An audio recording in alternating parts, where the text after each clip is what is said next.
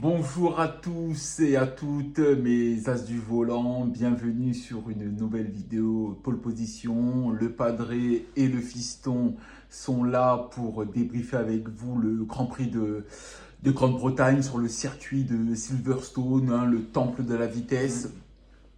Donc ce fut un Grand Prix assez mouvementé. Voilà, sous la pluie, sur des conditions piégeuses. Voilà, on a assisté à un Grand Prix riche en rebondissements, mais voilà, le Grand Prix vient tout juste de se terminer. Il y a eu des surprises, il y a eu des dépassements, il y a eu des faits de course, il y a eu la météo aussi qui est venue mettre son grain de sel dans ce Grand Prix. Voilà, un Grand Prix vraiment riche et palpitant à suivre.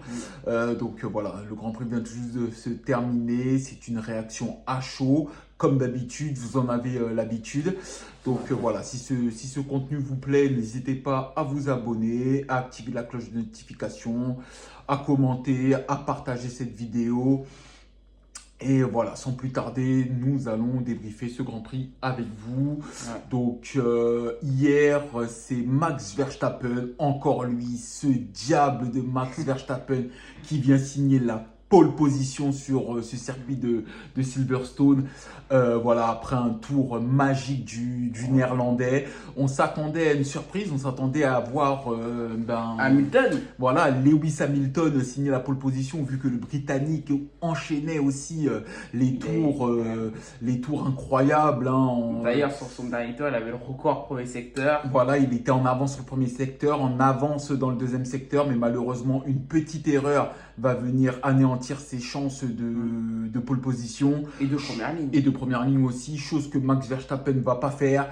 Le néerlandais va rester concentré sur les trois secteurs. Il va venir aligner un temps canon qui lui permet de s'élancer en première ligne et en pole position de surcroît. Donc le néerlandais signe la pole position. Merci Fiston pour les notes. Devant Oscar Piastri, suivi de Lando Norris, de Russell. Ensuite, troisième ligne, nous avons Hamilton et Leclerc, les deux Ferrari. Les deux Ferrari qui hier et avant-hier dans les essais libres 1, 2 et 3 ont montré qu'ils avaient du potentiel. Elles l'ont montré aussi en qualification. En mais Q2, voilà, surtout en Q2. Mais malheureusement pour elle se qualifie 5e et 6e. Ensuite, en quatrième ligne, nous avons Alonso et Pierre Gasly. Pierre Gasly réalise lui, quant à lui, pardon. Un miracle. Non, pardon, excusez-moi. Si. Si, c'est ça, c'est Gasly. Hein. Ouais, c'est ça, c'est Gasly. Ouais. Donc Gasly vient signer une belle. 8e place.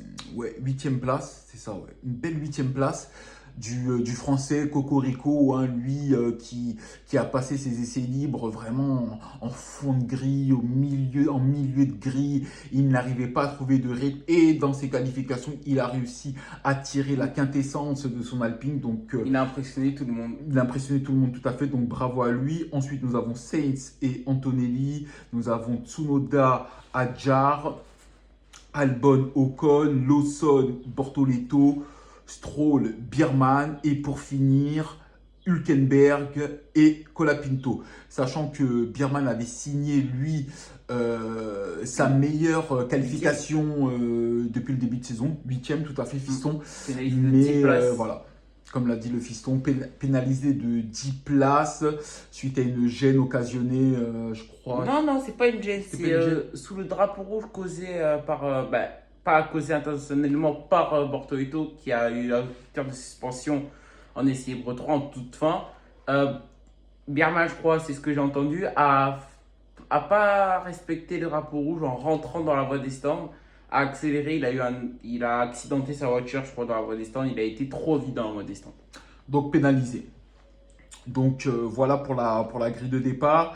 C'est un départ qui va être donné sous, du moins pas un départ, mais c'est, comme vous le savez tous, avant le départ, il y a le tour de formation pour que les pilotes appréhendent au mieux la piste.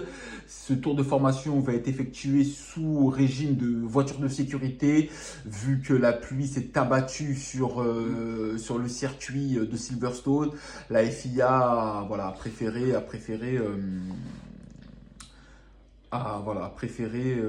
que ce tour de formation se fasse sous régime de voiture de sécurité. Donc le départ va être donné sous voiture de sécurité. Pendant ce tour de formation, plusieurs pilotes vont... Voilà, une idée va germer dans la tête de plusieurs pilotes de rentrer au stand, passer des pneus slick, puisque la piste était en train de s'assécher rapidement. Donc beaucoup de pilotes vont rentrer. Ouais. 2 pilotes, je crois. Non, il y a Russell, Leclerc, ouais. Biermann, Bortoleto et Adja. Qui rentrent au stand passer des slicks. C'est un pari risqué, mais c'est un pari qui peut s'avérer judicieux, payant, si les pilotes arrivent à appréhender cette piste extrêmement glissante, surtout dans les derniers virages de ce circuit. Donc tous les pilotes sont quasiment en pneus intermédiaires, sauf les pilotes que nous vous avons cités qui vont rentrer au stand. Le départ va être donné et boum, hein, c'est un départ canon de la part du français Pierre Gasly, qui va venir gagner plusieurs places, qui va se positionner à la 5e place derrière Hamilton. Il va même essayer de chipper la 4e place aux Britanniques en vain. Mais voilà, c'est un départ canon qui est donné. Verstappen garde la tête devant Piastri, Norris et Hamilton. Piastri met une pression énorme au Néerlandais Verstappen qui est en tête. Nous sommes là au premier, deuxième tour. Hein. Même pas, c'est 5e tour. Non, on est vraiment dans les premiers tours de piste, puisqu'il y a une voiture virtuelle de sécurité qui va rentrer en piste suite à la sortie de piste de je sais plus qui. C'est pas une sortie de piste, c'est l'accrochage entre Ocon et Lawson. Oui, c'est Lawson, oui, voilà, exactement. Un accrochage entre Lawson et Ocon va contraindre les pilotes de réduire leur vitesse sous voiture de sécurité virtuelle. Ouais. Donc voilà, là nous sommes au deuxième tour. Donc voilà, le temps que les commissaires de piste puissent dégager la voiture de Lawson, le départ, Verstappen va imprimer un nouveau rythme de course pour que la course puisse reprendre, bien sûr. Et voilà, nous avons le Grand Prix qui reprend aux alentours du 6e tour à peu près. Ouais. Donc la relance est donnée. Piastri maintient sa pression. Il commence à faire une première attaque à partir du 9e tour. Il est dans les échappements de la Red Bull. Il maintient sa pression. Il tente des choses. Il n'y arrive pas. Verstappen est très agressif lors de sa défense. Mais ça ne décourage pas le jeune Australien derrière, qui au 10e tour va tenter et réussir son dépassement sur le Néerlandais. Une très belle manœuvre de la part de l'Australien, qui s'empare des commandes du Grand Prix au 10e tour et qui s'envole. Clairement, voilà, il s'envole, il a du rythme, ses pneus, son capital pneu est encore là, donc il s'envole, littéralement il s'envole. Il dépose Verstappen. Un tour plus tard, Verstappen va rater son freinage. Et son virage, ce qui va permettre à Lando Norris d'en profiter et de venir le dépasser. À ce moment-là, la pluie va refaire son apparition. C'est vrai que la pluie a vraiment pimenté ce Grand Prix, hein. la pluie va refaire son apparition. Donc les pilotes vont être contraints de repasser par les stands, de rechausser des pneus parce que voilà, les pneus intermédiaires avec lesquels sont partis les pilotes commencent à s'user. Donc ils doivent repasser au stand pour chausser de nouveaux pneus intermédiaires afin d'appréhender au mieux cette pluie battante qui s'abat sur le circuit de Silverstone. Hein. Une véritable tempête va venir s'abattre, mais c'est pas pour nous déplaire, clairement. Puis voilà, nouvelle voiture de sécurité virtuelle qui va venir. Voilà. Elle était avant, hein, la deuxième. Alors, il y a eu avant, alors. Il y a eu la première ou Oui. deuxième. Oui. C'est une voiture de sécurité classique. Ouais. Qui va venir interrompre voilà, parce que la course. Ouais. C'était à cause de la sortie de piste de Bortoleto qui va du coup s'arrêter par consigne de son équipe. Et voilà. Voilà, donc on est qu'au 15e tour et il y a déjà 2 voitures de sécurité virtuelle et une safety car, une voiture de sécurité classique. Donc voilà, pour rappel, sous voiture de sécurité virtuelle, les pilotes doivent ralentir leur rythme, je crois de 60%. 40. Pardon, de 40%. Et sous voiture de sécurité non virtuelle, les pilotes doivent se regrouper derrière la voiture de sécurité. C'est la voiture de sécurité qui donne le rythme et le ton de la course, le temps que les voitures ou l'incident soit réglé. Là, pour ce cas-là, c'était à cause de la pluie. La pluie était vraiment trop battante. Les pilotes n'avaient aucune visibilité et donc pour maintenir la sécurité du Grand Prix, la FIA a décidé de regrouper tout le peloton derrière la voiture de sécurité afin que la piste s'assèche le plus rapidement possible et libérer le peloton. Donc voilà, la voiture de sécurité va rentrer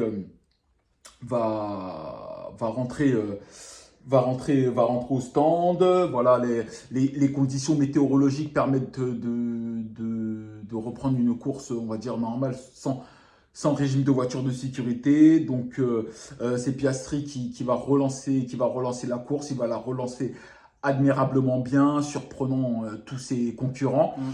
Derrière, c'est le statu quo toujours. Hein, Verstappen. Alors Verstappen va récupérer sa 2e place parce que lors du précédent arrêt au stand, McLaren va mettre un peu plus de temps sur le passage au stand de Norris, ce qui va permettre à Verstappen de ressortir des stands devant le Britannique et donc récupérer la 2e place. Donc on a Piastri, Verstappen, Norris pour les 3 premières places et lors de la relance de voiture de sécurité, ces places seront inchangées. Mais voilà, la voiture de sécurité va faire encore son apparition aux alentours du 18e tour puisque c'est si 18e ou 18e. Ben, elle a été relancée à la fin du 17e tour et tout de suite après, Adjar fait son accident et elle ressort tout de suite. Non, c'était au 18e tour, fils. Oui, mais parce que la voiture de sécurité vient de s'effacer. Non. Ah si. Non. Si. Non. Ah si, elle venait de s'effacer et du coup elle est partie. Non, ça c'est parce qu'il y a eu 2 voitures de sécurité consécutives. Il y a eu la première pour les intempéries. Et la relance après. La relance a été faite. Ensuite, il y a eu au 18e tour. C'était au 18e tour que Adjar va venir percuter la Mercedes d'Antonelli au 18e tour. Et donc, nouvelle voiture de sécurité, vu que la Racing Bulls du français va être encastrée dans un mur de pneumatiques. Donc, nouvelle voiture de sécurité, je t'avais dit, ce Grand Prix est totalement fou. Donc, le temps que les commissaires dégagent la voiture de sécurité, Isaac Hadjar, merci, de Isaac Hadjar de la piste. Voilà, tout le monde est regroupé dans la voiture de sécurité. Ensuite, donc la voiture de sécurité va s'effacer d'ici quelques tours. Donc Piastri à nouveau va être maître pour relancer ce Grand Prix, pardon. Et cette course, et au moment de la relance, au moment de l'extinction des feux de la voiture de sécurité comme d'habitude éteint ses feux et va prendre de l'avance sur le peloton. L'Australien va venir piler très fort, très sec devant le peloton, ce qui va obliger Max Verstappen à se décaler et doubler la voiture de Oscar Piastri. Chose sous voiture de sécurité et sous relance, voilà, c'est une manœuvre interdite, donc tout le monde s'attendait à ce que le Néerlandais soit pénalisé, ouais. Mais en revoyant les ralentis, nous voyons bien que en fait, c'est Piastri qui freine. Voilà, Piastri freine très lourdement et en fait Verstappen vient esquiver en fait d'un réflexe. Vient esquiver la voiture d'Oscar Piastri et le carambolage annoncé. Donc la FIA a décidé de pénaliser l'Australien de 10 secondes pour cette manœuvre très dangereuse. Très dangereuse, sévère mais dangereuse quand même. Hein. Et on parle d'un delta de 150 km/h quand même. Les voitures derrière arrivent aussi pleine balle. Donc freiner aussi sèchement à ces allures-là, c'est très dangereux. Voilà. Donc Piastri avait accéléré quand la voiture de sécurité était partie et avait refreiné. Et Verstappen n'avait pas vu qu'il avait refreiné et a dû freiner au dernier moment. Voilà, donc manœuvre très dangereuse de l'Australien. Donc c'est logique qu'il soit pénalisé. Voilà, voilà, ça aurait pu être beaucoup plus dramatique si le Néerlandais n'avait pas eu ce réflexe et cet espace qui lui permettait de dégager sa voiture au dernier moment. Donc voilà, 10 secondes de pénalité pour Piastri. Pour Piastri.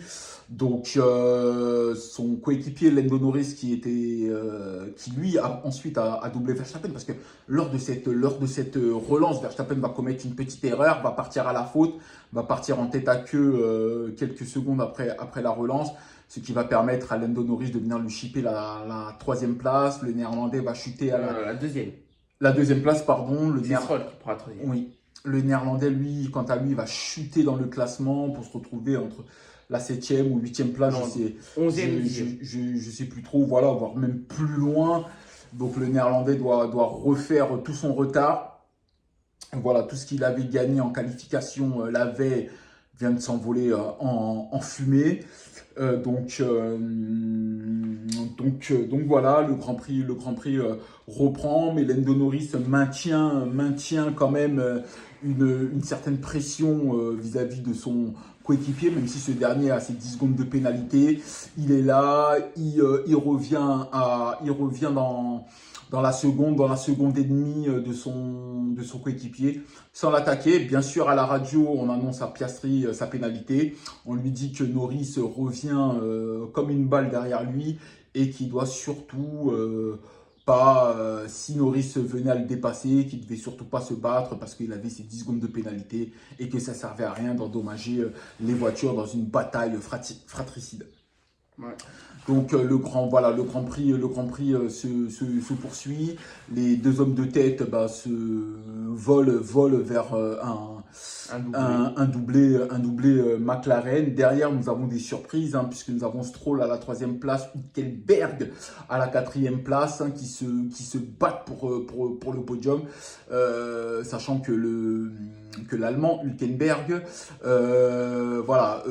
a 0 podium à son actif. Alors que Stroll en plus de 200 Grands Prix, il n'a aucun podium à son actif. Donc, l'Allemand Hülkenberg a à cœur de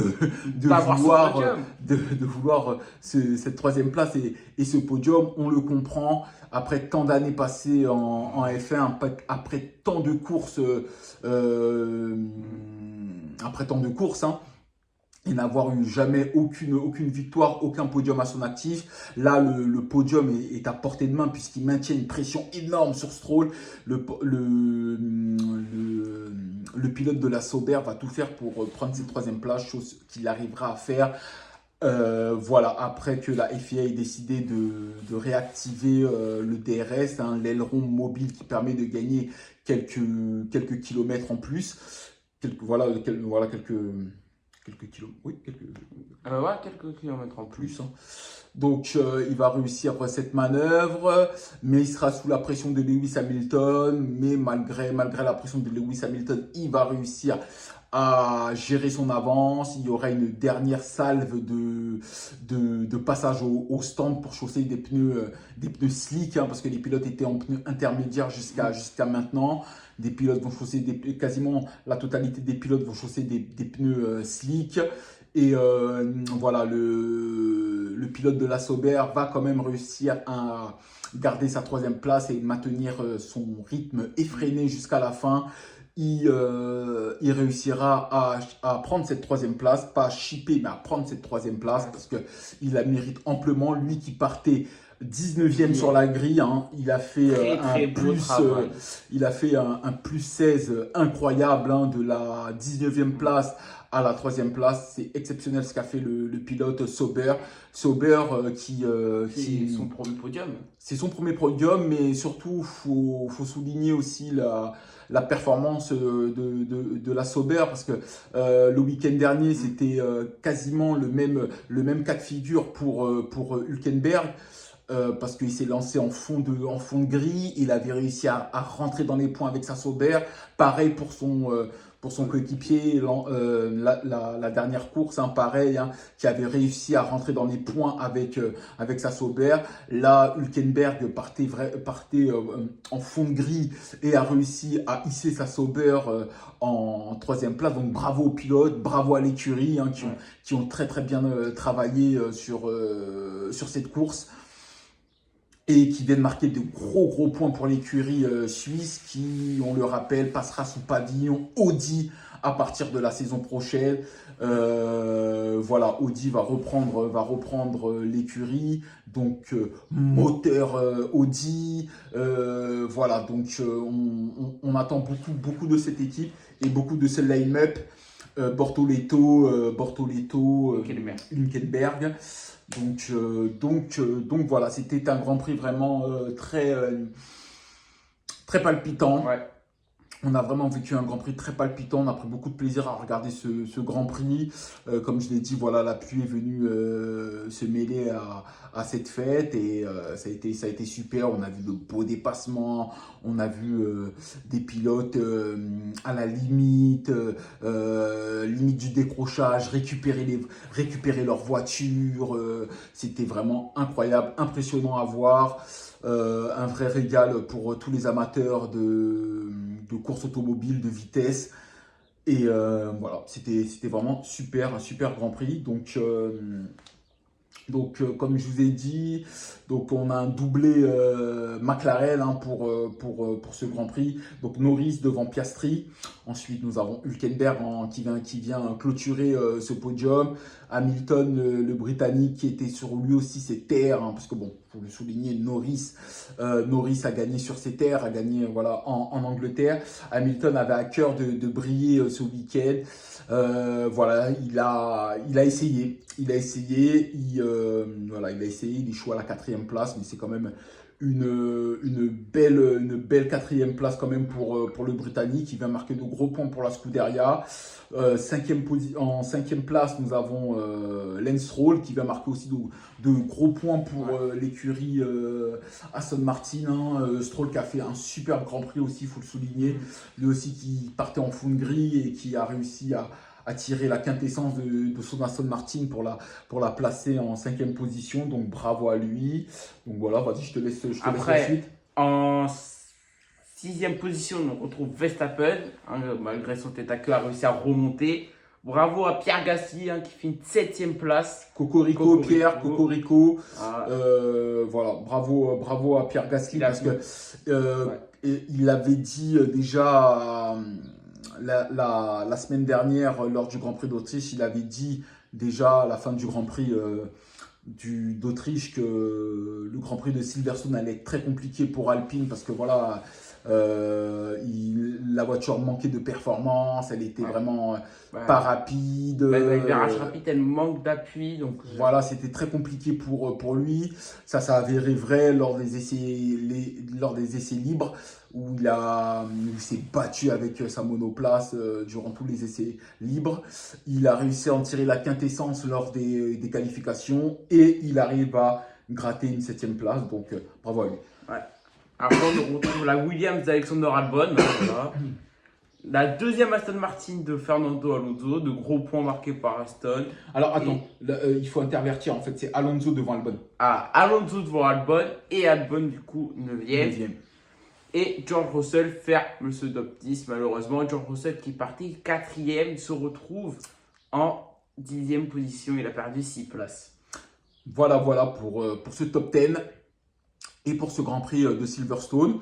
C'est quoi le prochain Grand Prix? Je sais même plus. Attends, je vais aller vérifier. Le fiston va vérifier tout ça. Donc voilà, c'était vraiment un Grand Prix, voilà, super à vivre et à regarder.